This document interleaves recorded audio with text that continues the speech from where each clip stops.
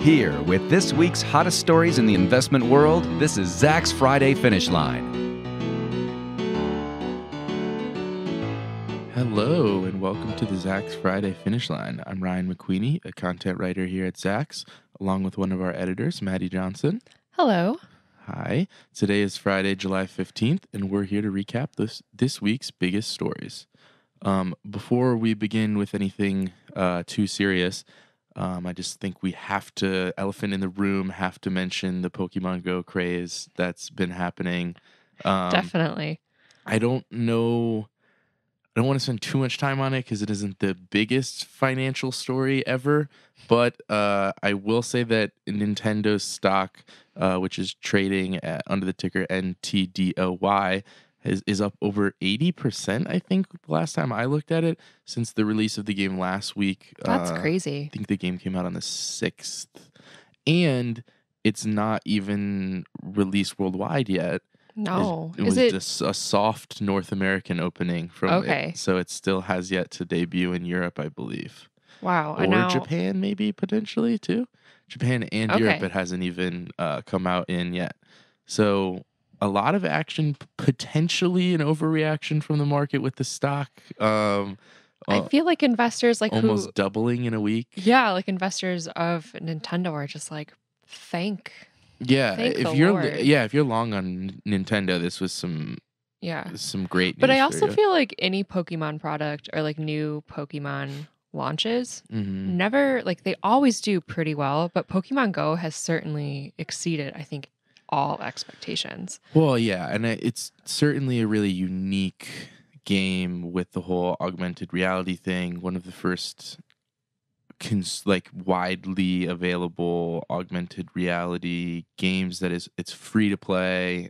They're making money on it via microtransactions, obviously, but and it's certainly easy to pick up on. I mean, from what I've read about it. So you're not a player yourself. I'm not a player, but neither am I. So I want to try, but I'm just hesitant because I don't want to be the one more person on the sidewalk who's not looking where they're going. Which is a lot of people, and I've noticed it's not hard to notice at all when you're walking down the street. There's people everywhere doing it. So I don't know. It's crazy when I'm always fascinated by cultural things that just explode so quickly like this. So like globally within it just is a matter literally of days. I think probably my mother knows about it, which I think says a lot about what it means to the world right now, because she stays as far away from pop culture as she can.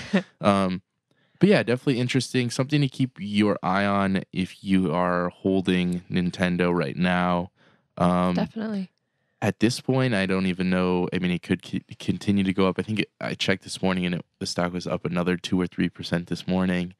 I don't know if it'll ever stop. So just keep on going. Yeah, moving on.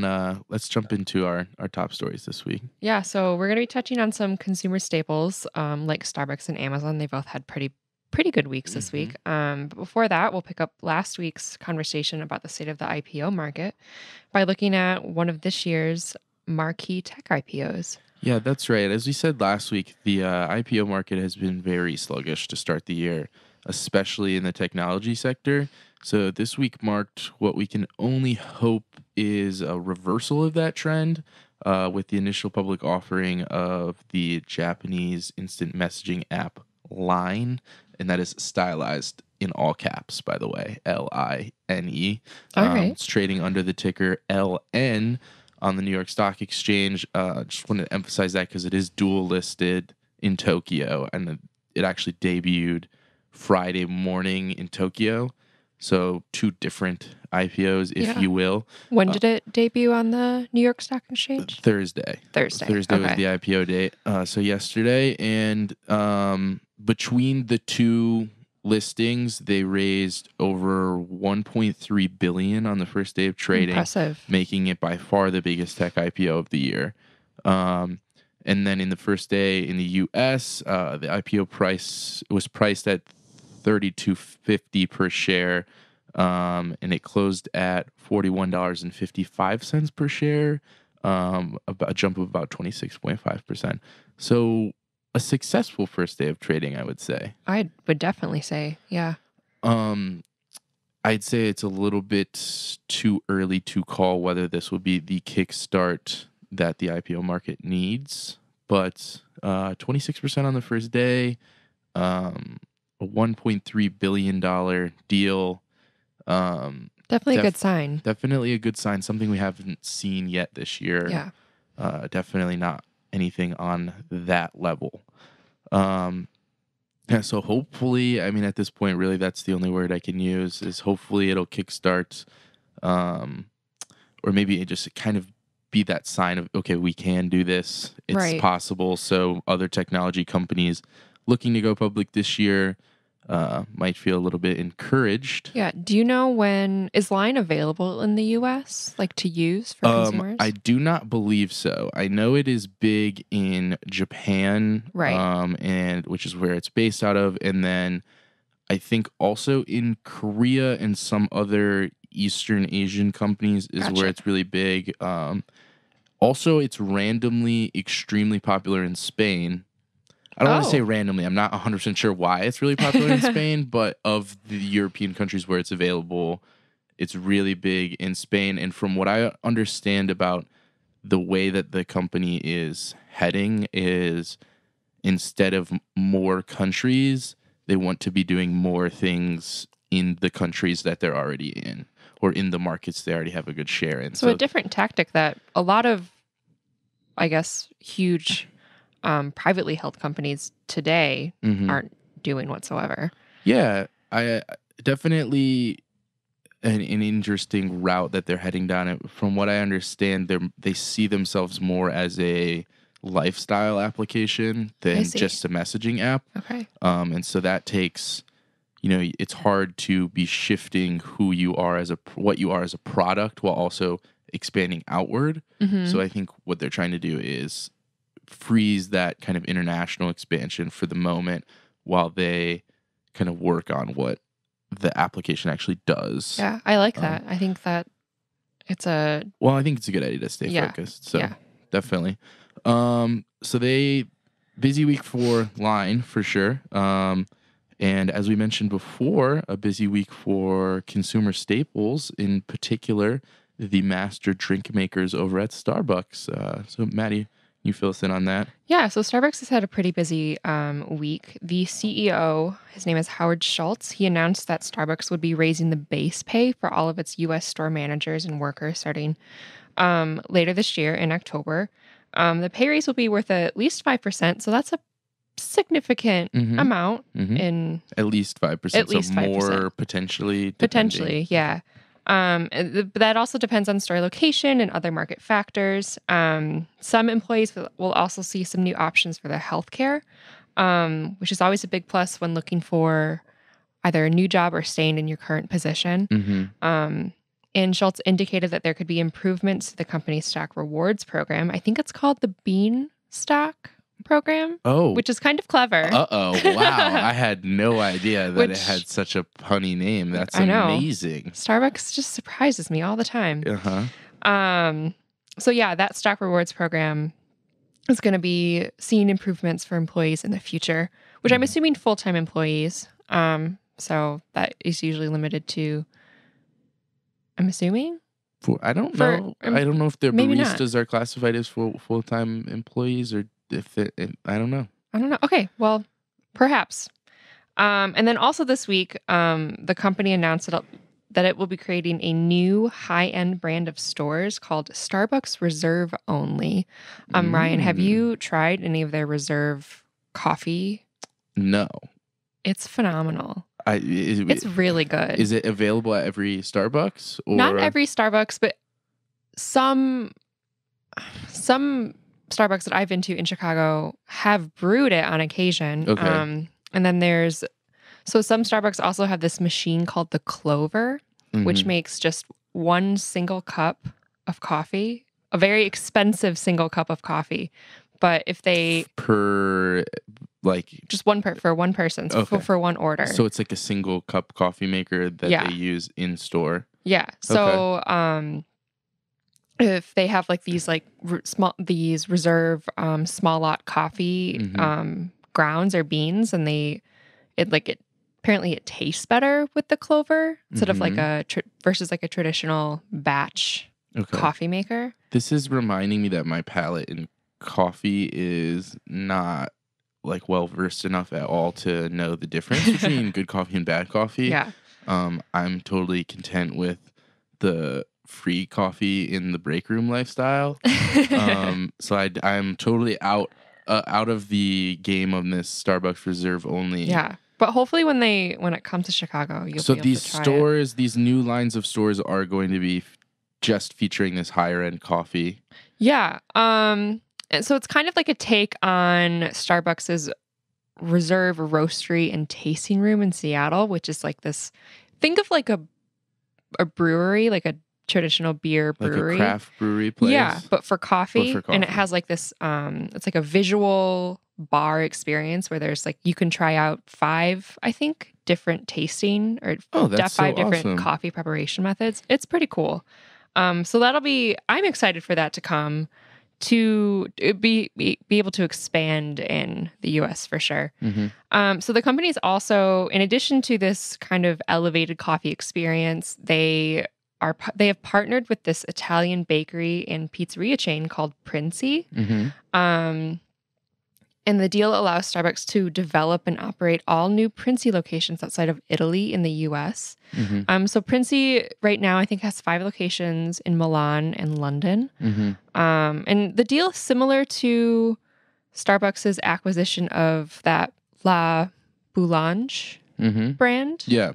That they now serve in almost all of their cafes, all their pastries and baked goods. So Princey Foods coming to Starbucks stores as well. And I think they're going to be actually making the food in store and in-house instead of just instead of it having been packaged and like heated up. So I can't help but be reminded of something Starbucks was doing, a story I heard from Starbucks maybe a year ago now, which was that expansion of the small plates and alcohol offerings at certain Starbucks stores. So it looks like the company, again, continuing to just improve the customer experience. Yeah.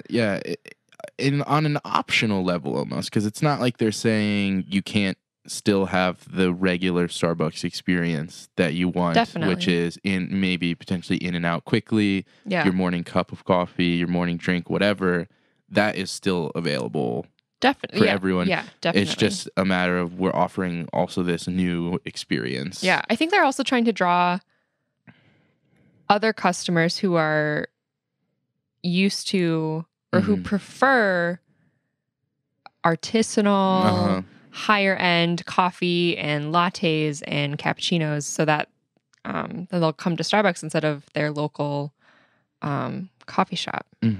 Which isn't great news for local coffee shops across the country. But but Starbucks is unignorable true. on that front. I like that. Yeah. Cool. So as we kind of discussed, there's a lot of interesting things happening in Starbucks, coming from Starbucks, as the company continues to be one of the best brands in the country. And we also have some major news from another one of the country's most recognizable companies, and that's Amazon.com. Yeah, so in case you've been living under a rock this week, Amazon's Prime Day. Oh, I should mention quickly that Amazon trades under the ticker AMZN. Amazon's Prime Day this week. It was the second annual Prime Day, which is an online shopping holiday available exclusively to Prime subscribers. I didn't get a full count of the total number of deals. I'm going to go with thousands of deals, though. I think that's good. It's a good, it's vague enough number. Definitely more than hundreds. Yes. Definitely not millions. No. So thousands. No. Yes. Thousands of deals throughout the day. In case you weren't able to check it out, basically the way it works is they post these deals, and you can kind of search through them as you would kind of browse Amazon regularly, but then each deal, there's only a certain amount of available. And there's a time limit too. Yeah, time limits, and then there'll be like a progress tracker for like the amount of deals that have been claimed. Oh, okay. So you can see, okay, I'm looking around, here's this deal on the Fire TV stick, but 85% of them have been claimed. So it's limited. Not only is it limited to Prime subscribers, but it's limited within that. Yeah. You can't just, But there's it not. and it like also heightens that sense of urgency. Well, 85% of them are Exactly. gone. Yeah, I need to get it now. Exactly. So it ended up being a pretty historic day for Amazon just as far as sales go. It was only the second Prime Day, but from last year, sales grew 60% worldwide and 50% in the US. It was the biggest day of sales ever for Amazon's own devices. So, like I said, the Fire TV stick, the Kindle, different Kindle things, Alexa-enabled software, or Alexa-enabled speakers. So, Alexa being the software that works on the Amazon Echo. Okay. And I think the two smaller versions of the Echo are called the Dot and the Push, I believe. That's cute. For those of you who don't know, the Echo is kind of the smart speaker type of deal. You speak to it and it does things in response. It's also kind of this consumer level Internet of Things product where you can sync it up with a bunch of different compatible devices. So you can have your air conditioning thing. What is it called? A unit? Yeah. The little touchpad, though, is the word that is escaping me. Oh. Anyway, you can have that synced up. You can have your lights in your house synced up, your TV, whatever. It can turn on appliances, set alarms, everything, basically. It does everything. Not only was that the Amazon Echo was actually on sale for discount of $50, so it was on sale for I think $129, which was the lowest price it's ever been offered at. That's a pretty good deal. And they also had deals exclusively for people ordering through Alexa devices. So you could, if you were willing to order through communicating with your speaker, you got an extra deals that not every Prime person had. So definitely a really interesting day for Amazon, and one of those days where there's a lot of buzz around it. We covered it. Everyone was talking about it. But after the stats come out and you go, yeah, sales grew 50% from last year. Awesome. We sold a bunch of Fire TV sticks. Does it really matter in the long run for Amazon? To me, it matters to boost sales for their branded products. So I feel like those items were the few things that made the most sense to buy on Prime Day. Otherwise, it's like just weird, random stuff that you'll find. You're like, oh, okay. That's true. I actually covered the 5 strangest deals that I found on Prime Day. There are a bunch of random things. I spotted an at-home cheese making kit with a accompanying DVD. There were kids' slippers that looked like sharks that were really cool. Those were actually really cool. That I wish I had a little nephew to buy them for or something. But those are the types of things you're not going on. No one's waking up on Prime Day going, I really hope I can still snag that amazing deal on that cheese making kit. Oh, that's more of a like you're right, an impulse buy. Yeah. So, but you definitely know the Amazon devices are going to be on sale, and that is the day to get them. And I guess for impact, I mean, it definitely shoots the Amazon brand into the stratosphere. I mean, everyone was talking about it. Everyone knew about it. So in that sense, it was Tuesday. So I mean, it was the only thing anyone was talking about. On Prime Day, Amazon is the biggest company. Yeah, in the world. So, and I think when you're talking about the biggest day ever for their own devices, that does have a lasting effect because now there's even more people with Amazon branded devices in their hands every day. And the cool thing about those branded devices is that Amazon has done a really good job making sure that they produce return customers. So even if you're just buying a Kindle because you want to have an e-reader or whatever, you're you're then getting your books through Amazon's Right. The Kindle library. Your Fire TV stick is going to keep you on that subscription so you can have the instant video to accompany it. If you're grabbing an Amazon Echo, you're going to be Your home you're going to is be Amazon interacting. Yeah, branded. you're going to be interacting with Amazon every day of your life. Ordering things from Amazon easier. Even dash buttons. They can't pushed forget a lot about of those dash buttons. Yeah. That's something that you're literally placing in your house. That is you and Amazon connecting Literally, with a physical because you're touch. touching Yeah. it. So I mean, it's just another experience or another example of Amazon and their dominance of your life, which is kind of a weird way to put it. It's a weird way to put it, but it's scarily accurate. One thing I did want to mention, though, as far as not Amazon things that did see a boost, because I want to talk about how it affected or doesn't affect the e-commerce market as a whole in a second. But one thing that I did see was iRobot, which trades as IRBT. They make the automated vacuum thing, robot vacuums. Okay. They sold a ton of them on Prime Day, and they were actually up 2% on Tuesday, just based off of the popularity of the robot vacuums on Amazon. Well, going off Prime that, Day. Prime Day could be a huge day for Amazon's third-party sellers who are trying to get their products into the hands of Amazon Prime subscribers. True. So let's go back to what I was saying a second ago, the e-commerce market as a whole. Agree with me or disagree with me, whichever you'd like to do. But to me, not only is it a conversation or a statement about Amazon's dominance of your life, as we said, which was kind of a spooky way to put it, but it also says to me, it confirms again that people are online shopping for just about everything. I feel like when we first came to that realization as consumers that, okay, online shopping is here to stay, there were only a few things where you would definitely online shop for. Right. Like you can buy a TV online and you're going to get a great deal. You know what you're getting, whatever. There was a reluctance to start clothes shopping online because you didn't get the trying on aspect. We got over that quickly. Very quickly. But it felt like there were still certain things that you definitely went into a brick and mortar store to get. And now that doesn't feel like a thing. For me personally, I can say anything that I would buy in a store, I know where to buy it online and will do it. Yeah. Even Amazon coming together and saying, get groceries from us.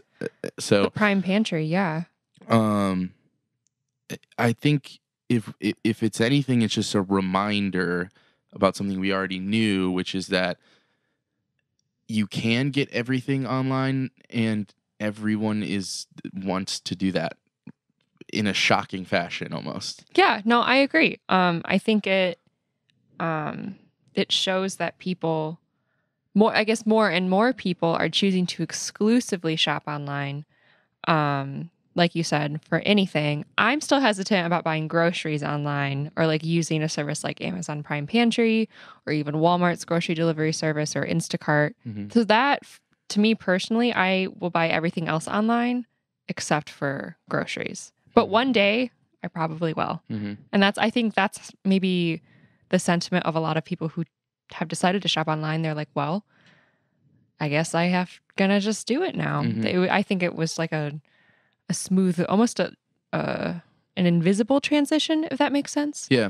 So just a couple tickers I wanted to throw out for everyone to look at kind of on this topic. Of course, eBay trades on the ticker EBAY.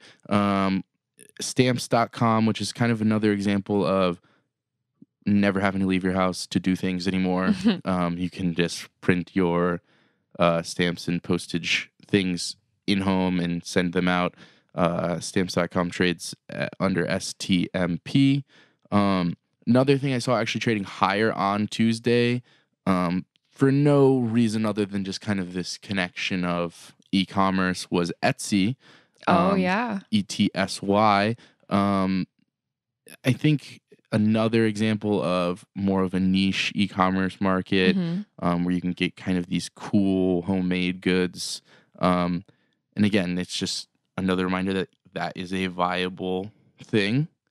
And I was also reminded of Shopify this week, which trades under the ticker SHOP, which is not an e-commerce platform itself, but a provider of that for, they kind of create the framework, cloud-based framework for other companies to develop their e-commerce platforms. Yeah, I feel like they... So just some tickers to think about. I mean, there was some, like I said, with Etsy, there was a little bit of a reaction, but there wasn't a direct impact across the board. Just those are some companies that I was reminded of when thinking about this. So Yeah, well, especially eBay. I'm glad you brought them up because Amazon's, I guess, their way of setting up Prime Day where it is a countdown. There's so many products left. It reminds me of eBay in the fact, just like with, you just never know what's going to be left if you don't get in there quick enough. Sure.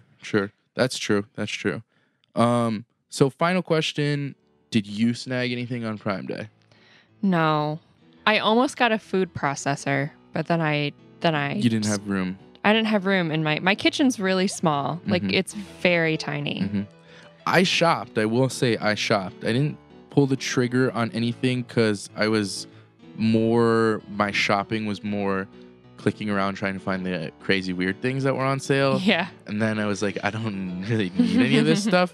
I probably should have pulled the trigger on the Echo while it was discounted. I'm going to wait till that comes on sale again next because Well, watch out for I holiday. want one. All this talking about it now, I want one. Yeah.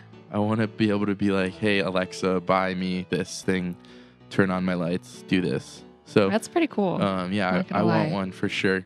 That's about all we have, though, this week. Another busy one. Some things to keep our eyes on going forward. Yeah, especially with earnings season. Yes, big really earnings getting season going soon. should dominate the next 2 or 3 weeks of Definitely. conversation. And a lot of big Fortune 500 companies that are going to be reporting soon. With that, just a quick reminder that you can check out all of our coverage for these stories in the links in the article. And we'll see you next week. Yeah, Zach's have a good Friday weekend, Finish everybody. Line. Yeah, thanks for listening.